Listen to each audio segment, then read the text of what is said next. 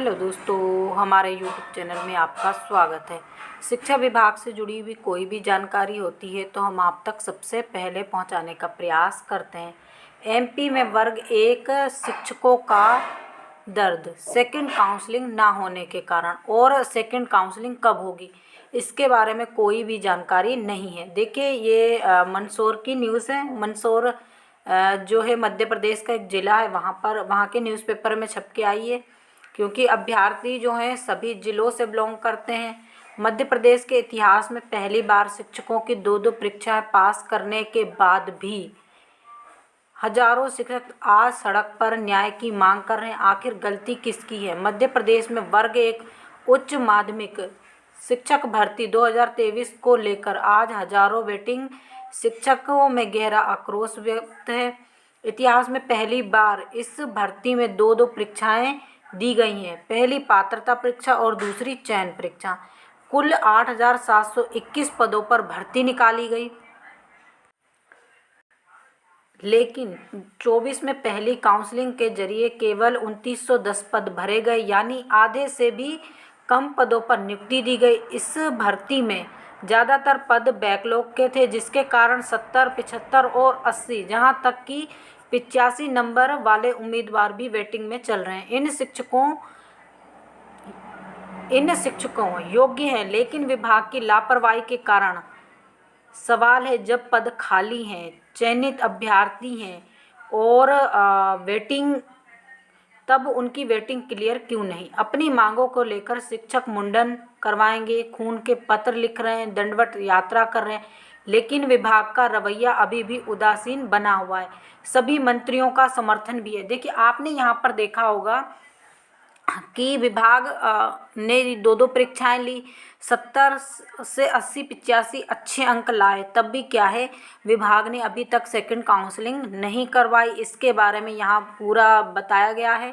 इसमें ये भी बताया गया कि कई बार अभ्यर्थियों ने कई प्रकार से आंदोलन किए, यहाँ मुंडन करवाया, खून से पत्र लिखे, दंडवत यात्रा की और कई प्रकार के मंत्रियों से संपर्क किया, और कई मंत्रियों ने आश्वासन भी दिया, और मंत्रियों ने अपने तरफ से कई लेटर भी मुख्यमंत्री जी को लिखे, लेकिन यहाँ पर सभी कुछ निरर्थक साबित हो रहा है। तो सभी मंत्रियों के समर्थन में भी पत्र लिखे गए, निर्देश दिया गया स्वीकृत पदों पर नियमानुसार सेकंड काउंसलिंग करवाई जाए, लेकिन यहाँ पर सेकंड काउंसलिंग की बात तो ये दूर की है, लेकिन विभाग ने इस पर कोई ठोस कदम भी नहीं उठाया। वेटिंग शिक्षकों का कहना है कि दो परीक्षाएं पास की, नंबर भी अच्छे हैं और पद भी खाली हैं, फिर भी नियुक्ति नहीं मिल रही। आखिर इतना और कितना संघर्ष करना पड़ेगा? तो ये वर्ग 1 वालों का मतलब जो दर्द है उसके बारे में बता रहे हैं। यहाँ पर कई प्रकार के वर्ग 1 के अभ्यर्थी आंदोलन कर चुके हैं, जिसमें आप लोगों ने बढ़ चढ़कर हिस्सा भी लिया, और अब तो ऐसी हालत है कि अब वर्ग 1 के अभ्यर्थी आना ही पसंद नहीं करते। 500 अभ्यर्थी इकट्ठा हो जाएं तो बड़ी सी बात लगती है, लेकिन यहाँ पर जब बड़े बड़े आंदोलन हुए उसमें कई हजारों में अभ्यर्थी आए, लेकिन अभी तो अभ्यर्थी आते नहीं हैं। खैर, लेकिन पहले तो अच्छे आंदोलन हुए, उसके बाद भी सरकार ने पद वृद्धि की तरफ कोई भी ध्यान नहीं दिया। तो ये न्यूज़ है, न्यूज़पेपर में निकल कर आई है। और देखिए, यहाँ पर जो वर्ग 1 के अभ्यर्थी हैं उनके दर्द को बयान किया गया है न्यूज़पेपर में। अब न्यूज़पेपर में तो कई प्रकार की जो शिक्षक भर्ती से संबंधित न्यूज़ आती रहती है, फिर भी मुख्यमंत्री जी एक से भी अवगत हों तो बड़ी बात लगती है, या फिर उनके पीए वगैरह उनको बता दें तो ये भी बड़ी बात लगती है।